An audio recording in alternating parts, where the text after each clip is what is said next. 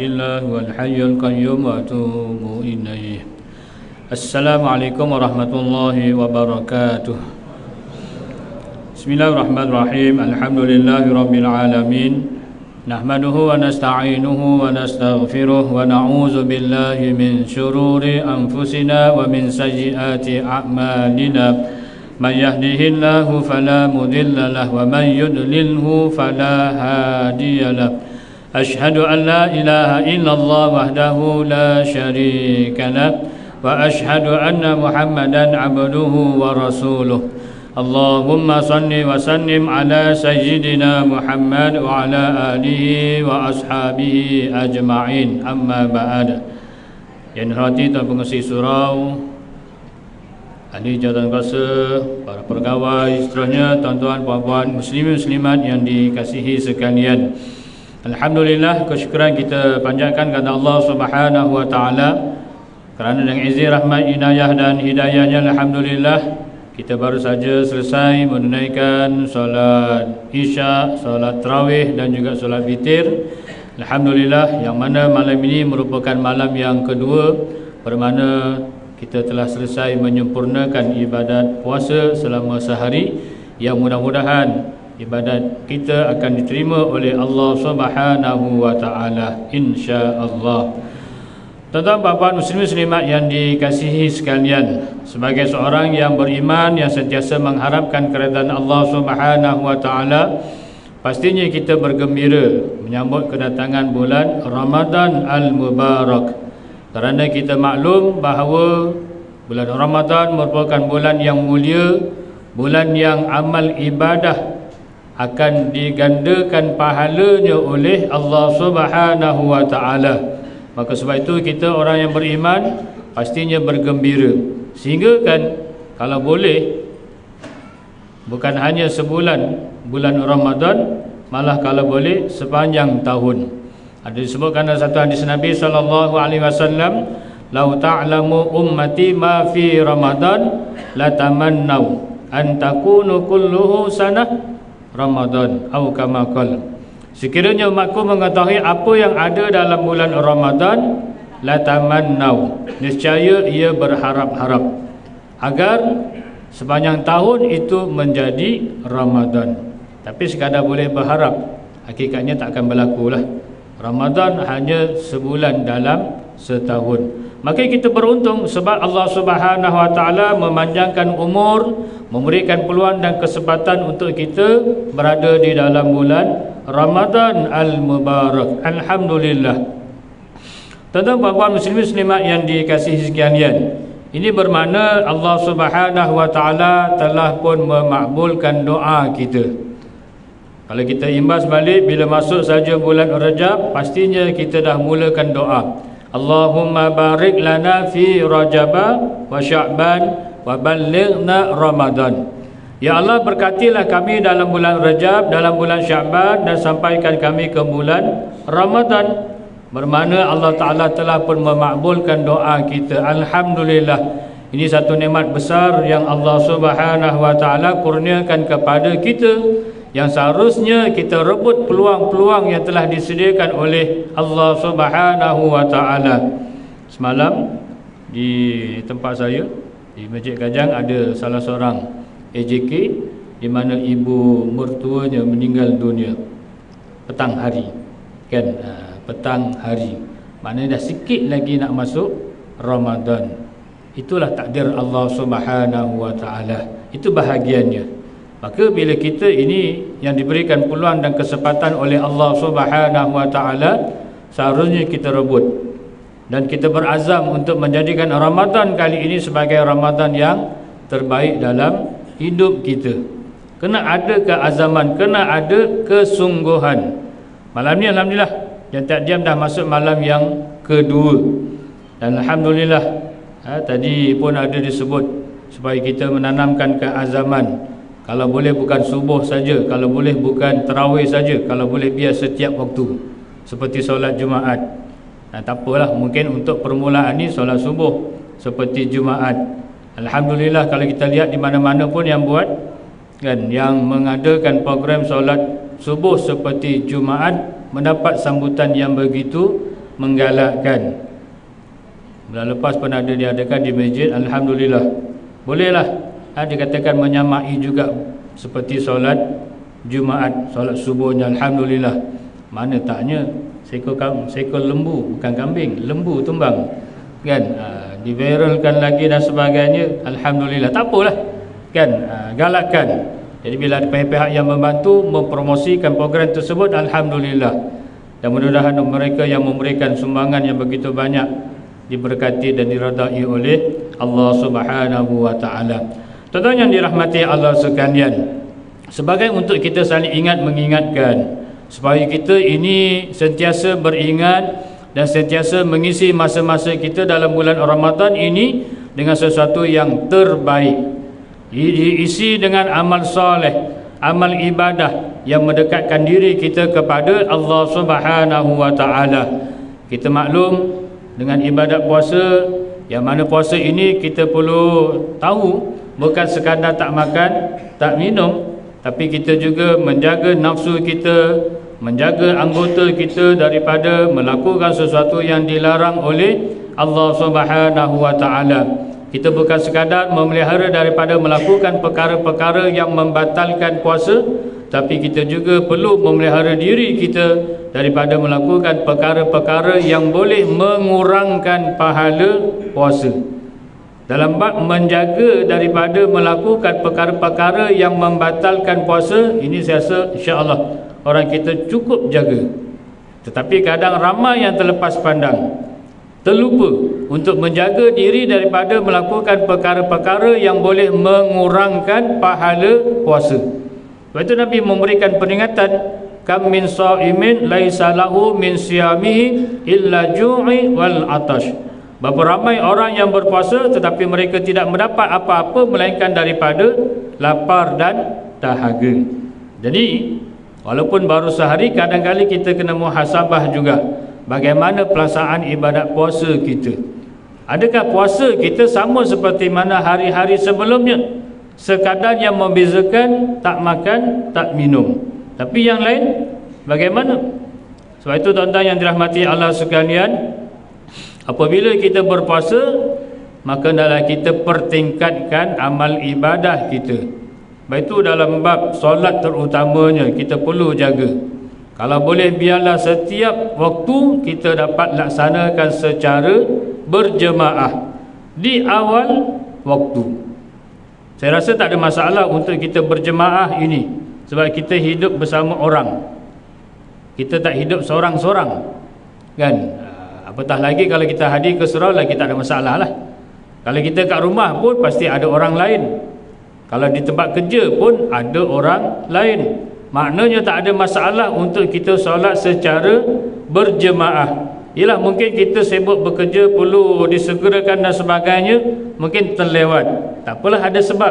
Tapi jangan disengajakan melewat-lewatkan solat. Kalau solat kita mampu jaga, kita solat di awal waktu, solat secara berjemaah, saya yakin yang lain pun kita mampu jaga. Malah kita dapat pertingkatkan lagi, insya-Allah. Yang solat-solat sunat pun kita mampu untuk laksanakan. Tapi kalau solat fardu sudah diabaikan, masih lagi solat sendirian, masih lagi solat di hujung-hujung waktu, malah amat malanglah kalau ada yang puasa tapi tak solat. Na'udzubillah kan. Ini perlu apa nak cakap kan, mungkin kena musibah agaknya baru nak insaf, baru nak sedar. Na'udzubillah lah kan. Jadi kenalah sentiasa beringat-ingat. Jadi dalam bab solat ni kena jaga sungguh-sungguh, kena jaga sungguh-sungguh. Terutama kalau kita yang berdekatan dengan surau, berdekatan dengan masjid, cubalah sedaya upaya untuk kita menghadirkan diri solat berjemaah di surau. Mudah-mudahan kita tahu pahalanya sangat besar. Setiap langkah itu diberikan pahala oleh Allah Subhanahu Wa Taala. Apabila solat berjemaah itu sendiri, lagi besarlah pahalanya di sisi Allah Subhanahu Wa Taala. Begitu juga dengan ibadat yang lain. Kita tahu bahawa bulan Ramadan ini bulan diturunkan Al-Quran. Syahrul Ramadan allazi unzila fihi Al-Quran.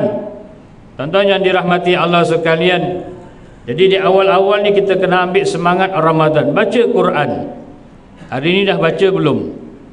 Kan, dah buka Quran belum? Yang dah buka alhamdulillah. Tapi kalau belum lah, kita dah melepasi satu Ramadan, malam ni dah masuk 2 Ramadan tak buka Al-Quran. Bimbang-bimbang nanti sampai habis tak buka juga Al-Quran. Kalau awal-awal ni kita tak mulakan, takut-takut nanti memang terus tak baca. Jadi awal-awal ni kita ambil kesempatan, kita ambil peluang, semangat Ramadan yang ada. Sebab biasa orang kita ni awal-awal je semangat, kan, awal-awal je semangat. Malam ni alhamdulillah, tadi saya masuk pun lewat juga, kan, dah mula solat sunat qabliyah, kan, berdiri kat luar tu dulu, nak tunggu lapang sikit baru boleh masuk, kan. Dekat sana pun saya tengok ramai dah, kan, alhamdulillah, kan, dah ramai. Tapi tengoklah mampu bertahan sampai bila, kan. Dapat bertahan seminggu cukup hebat dah tu. Tapi harap tidaklah, maknanya sampailah akhir Ramadan, malah kalau boleh sampai bila-bila, insya-Allah, kan. Yang penting kita lah, kan, kita mulakan dulu, tanamkan keazaman setiap malam. Walaupun solat tarawih itu sekadar sunat, tapi kita tanamkan keazaman, tak nak ketinggalan. Setiap malam nak juga solat tarawih, datang surau. Tuan-tuan yang dirahmati Allah sekalian, tuan-tuan untung solat tarawih 8 je, kan. Setengah tempat masjid, terutamanya masjid daerah, memang diarahkan mesti buat 20. Itu satu cabaran, kan. Mana tadi saya perasan juga, sebab saya bertugas, bila habis 8 saya tulis juga belakang, adalah separuh. Tapi sebab masjid penuh, jadi separuh hilang pun tak rasa sangat. Kena setengah tempat dah tak ramai, hilang separuh terasa, kan. Apatah lagi kalau hilang 3 suku, kan. Mungkin awal-awal ni dia kurang sikit lah, tapi nanti bila dah pertengahan, kurang dia tu boleh dirasai, kan. Jadi kita kena tanamkan keazaman, ambil peluang, ambil semangat. Awal-awal Ramadan ni baca Quran, baca Quran. Tak dapat banyak, dapat sikit-sikit pun jadilah. Kalau boleh kita tanamkan keazaman, satu hari 1 juz, InsyaAllah boleh, kan. Kita nak ikut macam Imam Syafi'i memang kita tak mampulah. Satu hari 2 kali khatam, satu hari 2 kali khatam. Kita satu hari nak dapat 1 juz pun terkial-kial, kan. Tak apalah, tak semestinya satu hari 1 juz, yang penting kita baca. Ini kadang ada kumpulan-kumpulan tadarus, kan, dia nak khatam cepat. Ini buat macam mana? Baca Quran secara gotong royong, kan, gotong royong. Kumpulan ni baca juz 1, kumpulan ni baca juz 2, kumpulan ni baca juz 3.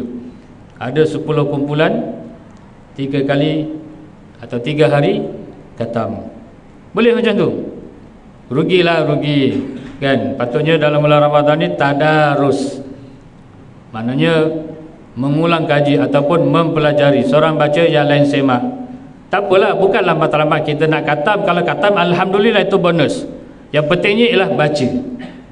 Baca tu maksudnya biarlah berurutan, maknanya daripada awal sampailah habis. Bukan tebuk-tebuk macam ni. Kumpulan pertama baca juz 1, kumpulan kedua baca juz 3, kumpulan ketiga baca juz 3. Esok kumpulan pertama juz 4, kumpulan kedua juz 5, kumpulan ketiga juz 6. Esoknya pula, jadi dia lompat-lompat macam tu. Tak cantik lah. Biarlah kita baca daripada awal secara berurutan, berterusan. Tak khatam tak apa, tapi kalau boleh khatam alhamdulillah. Tuan-tuan yang dirahmati Allah sekalian, kena tanamkan keazaman. Yang dapat khatam melalui tadarus lagi bagus. Sekurang-kurangnya kalau pun kita tidak mampu untuk mengikuti tadarus, kita bacalah Al-Quran secara sendirian. Kadang-kadang baca sendiri lagi cepat, kan. Semuanya betul. Semuanya betul, tapi janganlah langgar, kan. Bacalah ikut hukum-hukum tajwid, sebab bukan matlamat khatam. Matlamat kita nakkan ganjaran pahala. Jadi bila nakkan ganjaran pahala, pastikan bacaan itu betul, kan. Jangan main langgar je, panjang pendek tunggang langgang, kan. Baca elok-elok lah, baca elok-elok walaupun tak ada orang menyemak, kan. Walaupun mungkin kita rasa betul, bacalah betul-betul, kan. Baca salah pun kalau baca sendiri rasa betul juga. Tapi ialah kita baca nakkan ganjaran pahala. Dan kalau ada masa mungkin kita lihat terjemahan, ada masa lagi tengok pula tafsir untuk kita memahami ayat-ayat yang kita baca. Mungkin sebelum-sebelum ni dah 20 tahun kita sekadar membaca Al-Quran sahaja. Apa salahnya kalau kita lihat terjemahan untuk kita memahami ayat-ayat yang kita baca? Lagi bagus sebenarnya. Walaupun mungkin kita baca tak banyak, tapi kita berusaha untuk memahami ayat-ayat yang kita baca. Mudah-mudahan memberikan keinsafan, memberikan pengajaran kepada kita. Sebab ayat-ayat Al-Quran ini ada yang berbentuk pengajaran, kan, ada yang berbentuk hukum dan sebagainya. Pasti bila kita mengetahui makna, ini akan lebih menarik minat untuk kita terus membaca dan mengkaji Al-Quranil Karim. Seterusnya tuan-tuan yang dirahmati Allah sekalian, apa lagi yang perlu kita lakukan? Ya, mungkin zikir-zikir, kan, kenalah. Daripada kita mengeluarkan kata-kata yang lara, kata-kata yang sia-sia, adalah lebih baik kita berzikir, kan, daripada duduk diam-diam. Betul lah, orang yang berpuasa diam pun dikira berzikir. Tapi kalau dia berzikir, maka pahalanya lagi besar. Tasbih, kan, tahmid, istighfar ke, selawat ke atau sebagainya, semua itu sebenarnya adalah mudah, ringan di mulut. Namun ianya berat pada timbangan Allah Subhanahu wa taala. Maka ambil peluang dan kesempatan sambil-sambil jalan, sambil-sambil memandu, zikir. Mudah-mudahan Allah Ta'ala permudahkan urusan kita. Dalam perjalanan bila mana kita berzikir, mudah-mudahan Allah Ta'ala selamatkan dalam perjalanan kita, selamat sampai ke tempat yang dituju, insya-Allah. Bila kita ingat kepada Allah, pastinya Allah Ta'ala akan ingat kepada kita. Fazkuruni azkurkum. Bila kita ingat kepada Allah, Allah Ta'ala akan ingat kepada kita. Dan bila Allah Ta'ala ingat kepada kita, macam-macam kita dapat faedah. Allah Ta'ala permudahkan urusan kita. Mungkin kita ada masalah, Allah Ta'ala akan beri jalan penyelesaian. Mungkin kita ada kesempitan, Allah Ta'ala permudahkan, Allah Ta'ala luaskan rezeki dan sebagainya, kan? Jadi bila kita ingat Allah Ta'ala, pasti Allah Ta'ala akan ingat pada kita, insya-Allah. Kita kena yakin lah. Lepas itu kita kena selalu ingat Allah Subhanahu Wa Ta'ala, apatah lagi dalam bulan Ramadan yang mulia ini. Tuan-tuan yang dirahmati Allah sekalian, sikit lagi lah, sebab saya nak tekankan perkara ini, sebab kadang orang kita ambil mudah, kan. Selalu dengar, kalau tahun yang lepas lah, orang tak puasa, bila tanya kenapa tak puasa, terlupa niat, kan, terlupa niat. Padahal niat itu mudah, kan, niat itu mudah, niat itu letaknya di hati.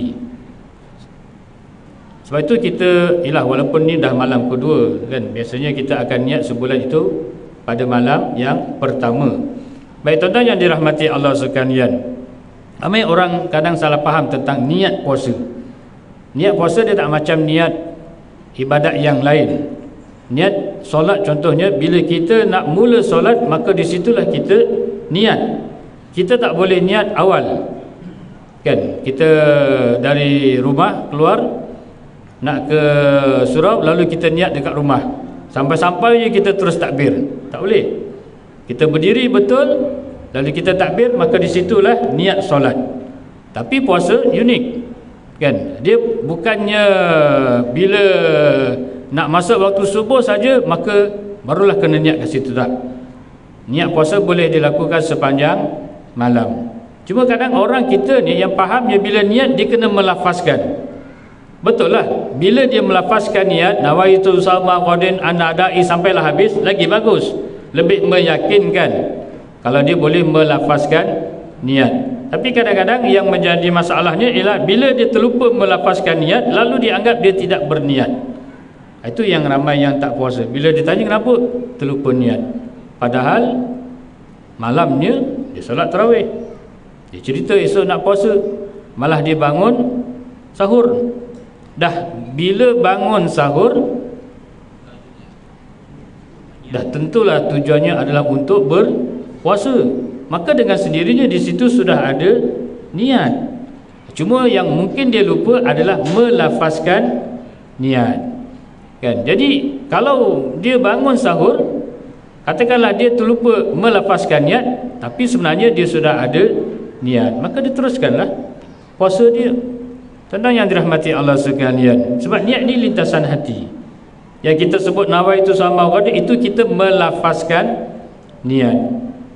Apatah lagi kalau kita pada malam yang pertama kita ada berniat sebulan, itu dah memadalah kan. Walaupun dalam mazhab kita hendaklah berniat pada setiap malam kan. Niat sebulan itu mazhab lain, tak apalah, kita boleh ikut untuk orang kata mengambil langkah berjaga-jaga. Jadi pastikan kan, kalau setakat dia lupa untuk melafazkan niat tapi dia bangun sahur, memang dia berazam untuk berpuasa pada setiap hari di sepanjang bulan Ramadan ini, maka itu sebenarnya sudah ada niat untuk dia berpuasa. Jadi tuan-tuan yang dirahmati Allah sekalian, mudah-mudahan kita jadikan, kita azam tahun ini, Ramadan kali ini sebagai Ramadan yang terbaik dalam hidup kita, insya-Allah. Kita beramallah dengan sebanyak-banyaknya, kerana mungkin ini Ramadan yang terakhir bagi kita. Walau alam kita tak tahu. Jadi kalaulah ini Ramadan yang terakhir, mungkin kita tak akan menyesal. Tapi kalau kita sambil lewa lagi Ramadan yang datang ini, tiba-tiba sampai ajal kita, mungkin akan rasa menyesal tak sudah nanti kan. Jadi insya-Allah rasanya itulah yang boleh dikongsikan pada malam ini. Mudah-mudahan memberikan manfaat kepada kita semua. Teruslah beramal, mudah-mudahan Allah Ta'ala menerima amal kita, dan mudah-mudahan ianya akan menjadi bekalan yang akan menyelamatkan kita, khususnya di hari akhirat nanti, insya-Allah. Wallahu alam. Yang baik itu datang daripada Allah, yang salah silap itu merupakan kelemahan diri saya sendiri. Saya sudahi dengan wabillahi taufiq wal hidayah. Wassalamualaikum warahmatullahi wabarakatuh.